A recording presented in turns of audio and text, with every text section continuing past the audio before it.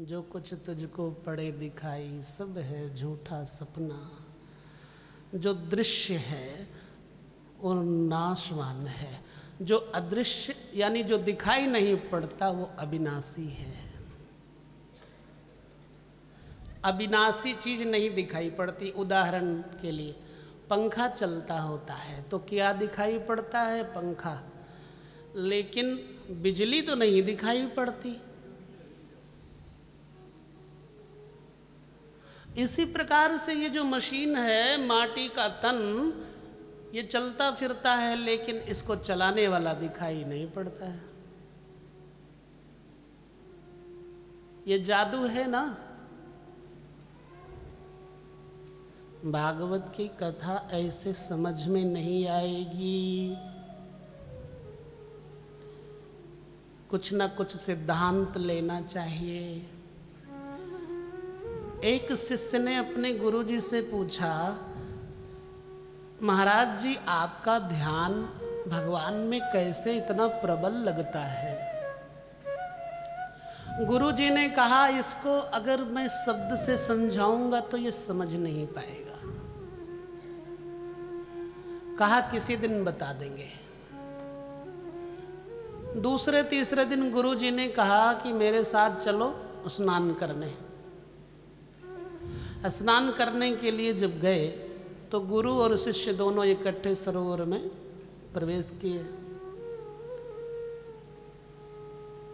गुरु शिष्य दोनों इकट्ठे प्रवेश किए तो गुरु जी ने क्या किया, शिष्य ने जब डुबकी लगाई तो गुरु जी ने उसके ऊपर हाथ रख दिया और ऊपर ना आने दिया। और जब ऊपर ना आने दिया तो उसको घबराहट होने लग गई।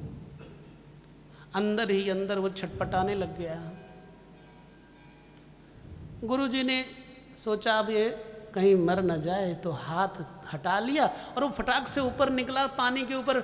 अरे गुरुजी अभी तो हम मर गए थे। सो कैसे होना चाहिए बेटा? छटपटाहट जान ले। इसी तरह से छटपटाहट होने चाहिए प्रभु के प्रति।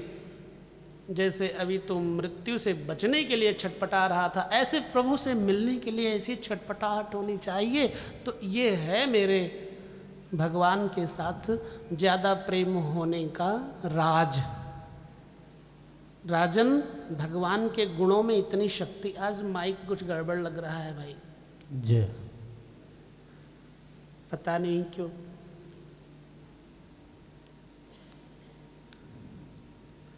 ये गड़बड़ नहीं है, माइक का कसूर नहीं है। माइक कुछ गड़बड़ लग रहा है। ये कैसे पता लगा? मशीन की वजह से ये गड़बड़ हो सकता है, क्योंकि संचालन इसका जहां से होता है वो मशीन में है। इसी तरह से यदि शरीर में और स्वास्थ्य में कोई गड़बड़ी है तो कारण मशीन जहां से इसका संचालन होता है, मन, अगर वो गड़बड़ है तो फिर ये स्पीकर और ये माइक सब खराब हो जाएगा।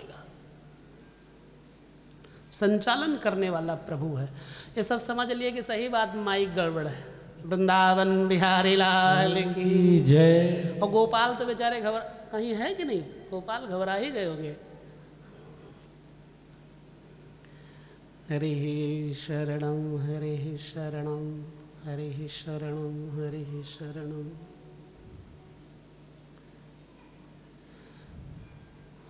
राजन, भगवान के गुणों में इतनी शक्ति है कि ऋषि मुनि सदैव उनके गुणों में रममाण रहते हैं।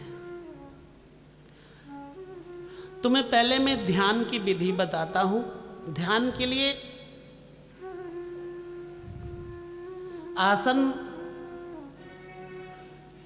आसन पवित्र होना चाहिए। आसन भी कैसा हो? पहले कुशा बिछाई जाए, उस पर मृगचर्म या व्याघ्र चर्म बिछाई जाए, उसके ऊपर सूती वस्त्र डाला जाए। मृगचर्म और व्याघ्र चर्म आजकल अलाउड नहीं है, इसलिए कंबल डाल लो, कंबल के ऊपर मखमली कपड़ा डाल लो। और गीता जी में 6ठे अध्याय में लिखा है ध्यान की विधि, बड़ी सरल प्रक्रिया है। 11वें स्कंद में भी भगवान कृष्ण कहते हैं कि जो प्राणायाम विधि है अच्छी तरह से 30 बार किया जाए, दिन में 3 बार 10-10 दफा प्राणायाम किया जाए। हमारे एक मंत्री जी हैं, तो प्राणायाम तो करते थे लेकिन उल्टा सीधा करते थे। कहने लगे हमारा पेट खराब हो गया उल्टा। मैंने कहा करते कैसे हो प्राणायाम? करके दिखाया।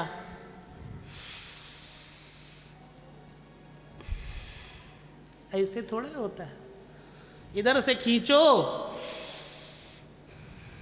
इधर से छोड़ो। ये पाइपें जो लगी हुई हैं, इस पाइप से हवा निकालो, इस पाइप में हवा प्रवेश करो, इधर वाली नली से बाहर फेंको तो अंदर का कचरा बाहर हो जाएगा। फिर इधर कचरा जो रह जाए इधर से खींचो, इधर बाहर फेंक दो तो ठीक हो जाए। इसकी विधि बताई गुरु जी ने। अच्छा, मंत्री जी ने जब कहा पेट खराब हो गया तो हमने कहा कि पेट खराब होने का कारण प्राणायाम नहीं हो सकता। बड़े प्रिय हैं, निकट के हैं। तो उन्होंने कहा कि बताइए महाराज फिर कैसे किया जाए। हमने कहा इधर से खींचो और इधर से छोड़ो। और जब इधर से खींचा इधर से छोड़ा, 5 दिन में उनको फायदा हो गया। कहते मजा आ गया, अब तो हमारा पेट ठीक है और सेहत भी ठीक, मैं तो टनाटन हूँ। बोले वृंदावन बिहारी लाल की जय। हाँ, और किसी दिन आप लोगों को भी उनको बुलवा के मिलवा दूंगा। तो रेचक, पूरक और कुंभक की विधि बताइए। रेचक कहते हैं खींचने को, रेचक कहते हैं छोड़ने को, पूरक कहते हैं खींचने को। जैसे इधर से खींचा, जब खींचा तो हो गया पूरक, और जब इधर से छोड़ा तो हो गया रेचक। उसके बाद फिर कुंभक की प्रक्रिया। कुंभक भी 2 प्रकार का होता है, एक जो बाह्य कुंभक होता है, एक अंतर कुंभक होता है। बाह्य कुंभक में बहुत आनंद आता, लेकिन अंतर का कुंभक जब तक ठीक नहीं होगा तब तक बाह्य कुंभक का आनंद नहीं आएगा। मन को लगाने की विधि है ये, थोड़ा विहंगम गति है ये, लेकिन मन को लगाने की बड़ी अच्छी युक्ति है। तो एकाग्र होकर के नासिका के अगले भाग पर देखते रहो। और अगर ये भी ना हो सके, पेट बड़ा हुआ है, बढ़ा हुआ है, तो फिर आओ हम सब लोग साथ में ओंकार का जप करें 6 बार। कथा लंबी है, लेकिन अगर एक जगह आपका मन न टिका तो आगे नहीं चल पाओगे।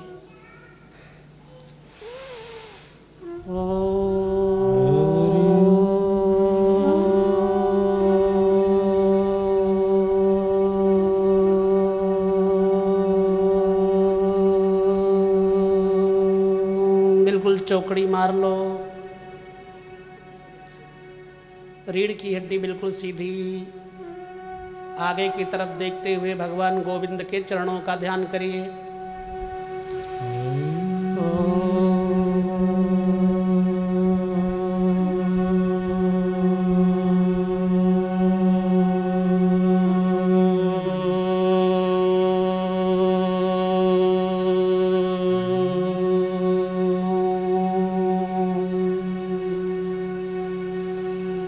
आनंद, शांति,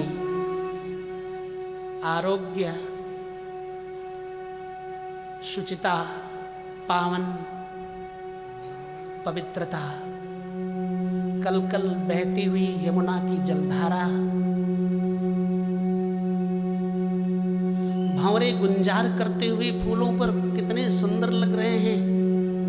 पास ही झुरमुट में खड़े हुए मधुर मधुर बांसुरी बजाते हुए श्याम सुंदर अपने लाल लाल होठों पे बांसुरी रखे हुए, सुंदर उंगलियों को छेदों पे रखे हुए कैसी मधुर तान छेड़ते हैं।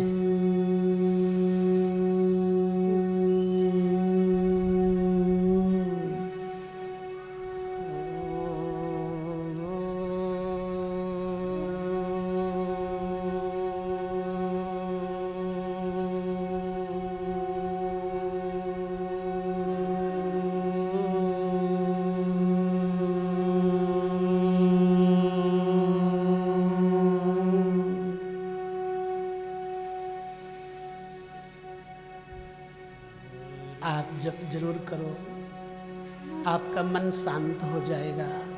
मनमोहन से मन मिला दो। हे कृष्ण, आपके चरणों में आज आपका दास बैठा है। हे माधव, मैं आपके सेवा में समर्पित हुआ, आपकी दया का पात्र हूं गिरधर।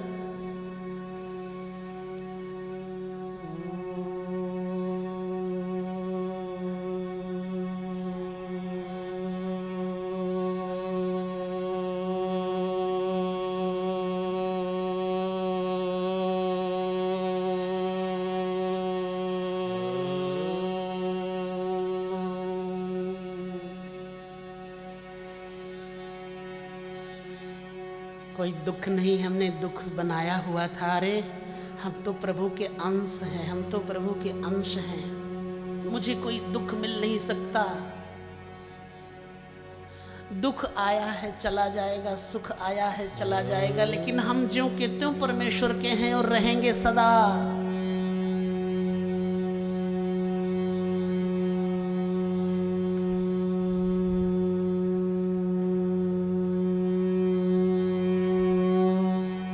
जय हो प्रभु।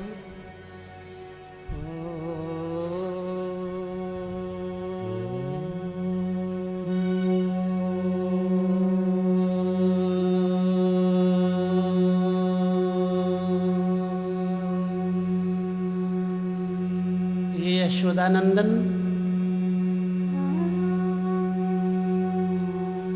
हे गोपी बल्लभ, हे श्याम सुंदर, तो कितना सुंदर है। तो चलता है तो सुंदर है, बैठा है तो सुंदर है, बांसुरी बजाता है तो सुंदर है।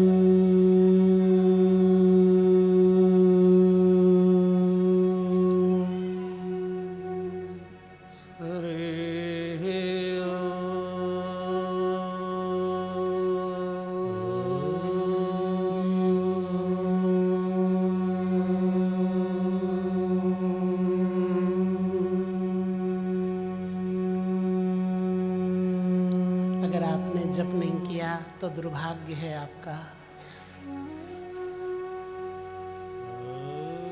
बाहर की दुनिया बड़ी ही दुखदाई है, लेकिन अंतर में इतने रहस्य छुपे बैठे हैं कि आप जब ये जप करोगे तो आपका मन एकाग्र हो जाएगा। इन आंखों से जितना मर्जी बाहर का दृश्य देख लो, ये कभी अघाएंगी नहीं, इनका पेट नहीं भरेगा प्यारे। जब तक उस श्याम सुंदर के दर्शन नहीं हो जाएंगे तब तक इसका दुख नहीं मिटने वाला।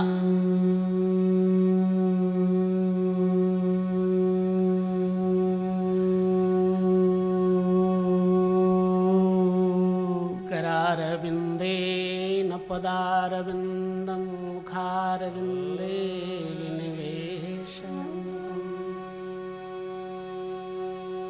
बट से पत्र से, बट के पत्ते पर श्याम सुंदर छोटे से बाल कृष्ण कितने प्यारे लगते हैं। हाथों के अंगूठे से पैरों का अंगूठा मुंह में डाले हुए श्याम सुंदर कितने सुंदर लगते हैं। करारविंदे न पदारविंदम मुखारविंदे विनिवेशयन्तम्। वटस्य वत्रस्य पुटे शयानं बालं मुकुन्दं मनसा स्मरामि। इस प्रकार से ध्यान करोगे तो आपके आंतरिक सौंदर्य में संवर्धन होगा, हृदय शुद्ध होगा, खड विकार काम क्रोध लोभ मोह मद मात्सर्य भाग जाएंगे तो भागवत की कथा अंदर में बैठ जाएगी। हरे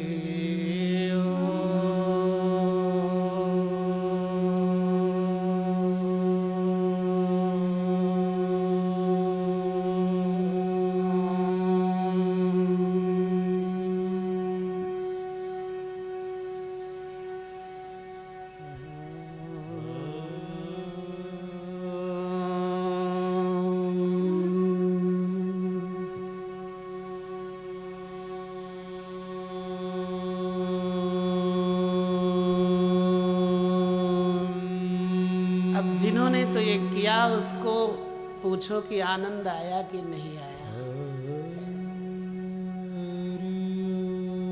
नहीं आया तो फिर आओ प्रार्थना करते हैं।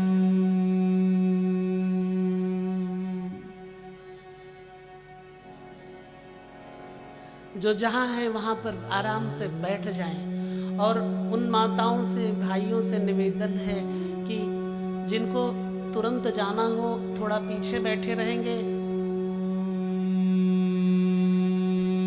ताकि किसी को अड़चन ना आए, आपकी उठा बैठक में उनको रुकावट ना आए। आपके अंदर जो उबासी आती है वो आपका आलस्य है।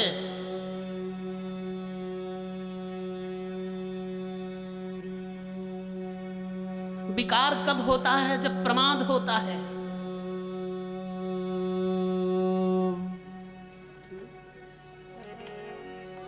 तेरा दर्श पा को जी चाहता है, तेरा दर्श पाने को जी चाहता है, तेरा दर्श पाने को जी चाहता, तेरा दर्श पाने को जी चाहता। जय हो।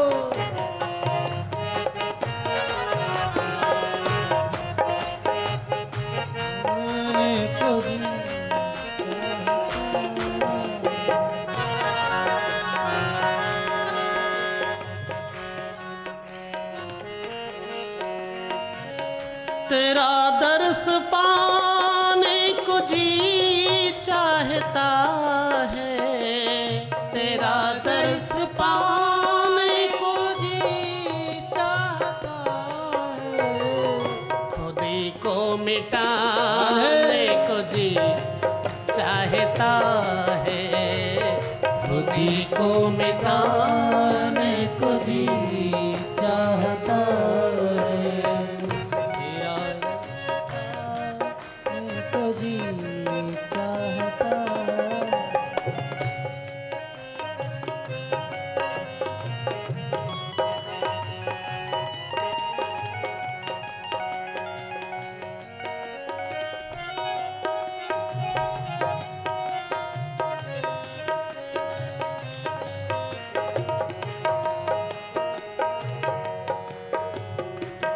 हे गोपाल,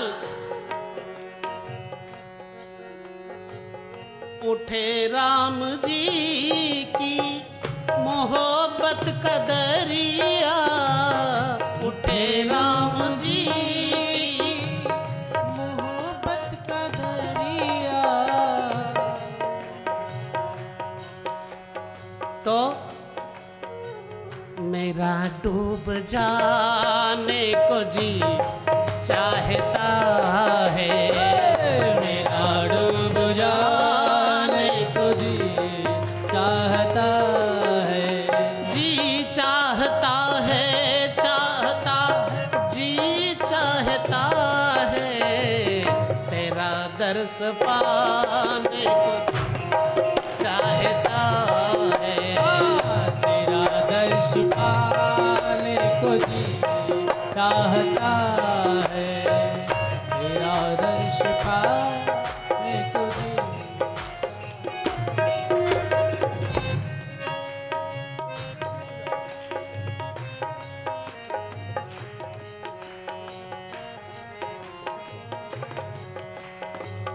ये दुनिया है सारी नजर का ही धोखा, ये दुनिया है सारी नजर का धोखा। बहुत मध्यम गति में चलेगा क्योंकि ये ध्यान योग्य है। थोड़ा चलो लेकिन अच्छा चलो, जय हो। थोड़ा खाओ लेकिन बढ़िया खाओ, थोड़ा ध्याओ लेकिन ज्यादा अच्छा ध्याओ।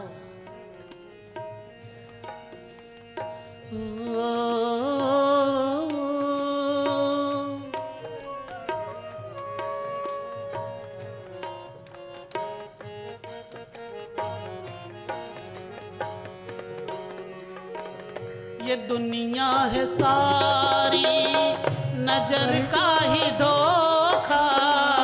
ये दुनिया है सारी नजर का है धोखा। तो ठोकर लगाने को जी चाहता है, ठोकर लगाने को जी चाहता है। मेरा दर्श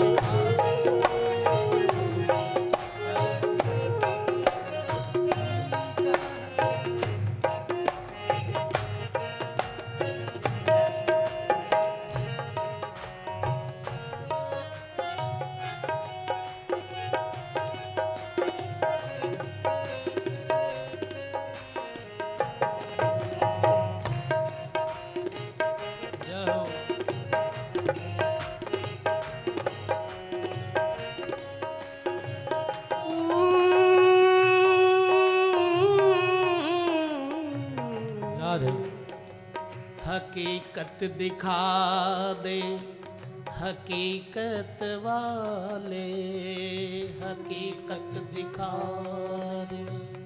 हकीकत आप ब्रजभूमि में बैठे हैं, यमुना के पास बैठे हैं। हकीकत दिखा दे हकीकत वाले, हकीकत दिखा दे हकीकत वाले, हकीकत दिखा दे हकीकत वाले, हकीकत दिखा दे हकीकत वाले। हकीकत को पाने को जी चाहता है, हकीकत पाने को जी चाहता है।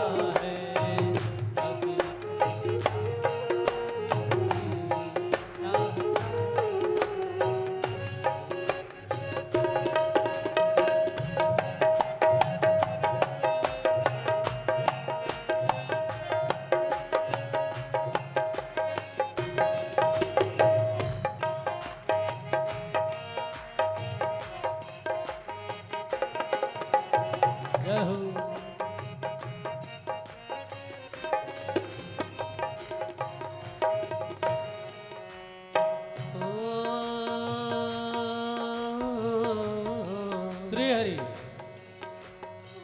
कबीरा कुआं एक है पनिहारिनी अनेक, बर्तन सबके हैं अलग पर पानी सब में।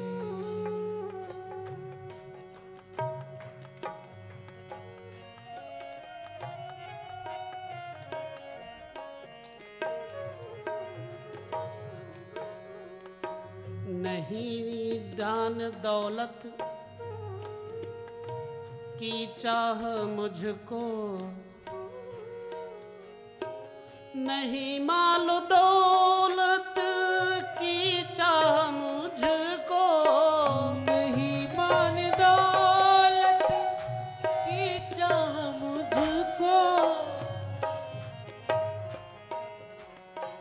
नहीं माल दौलत। बिल्कुल एकाग्र होकर के सुनिएगा, श्री हरि। ये प्रार्थना है भगवान से।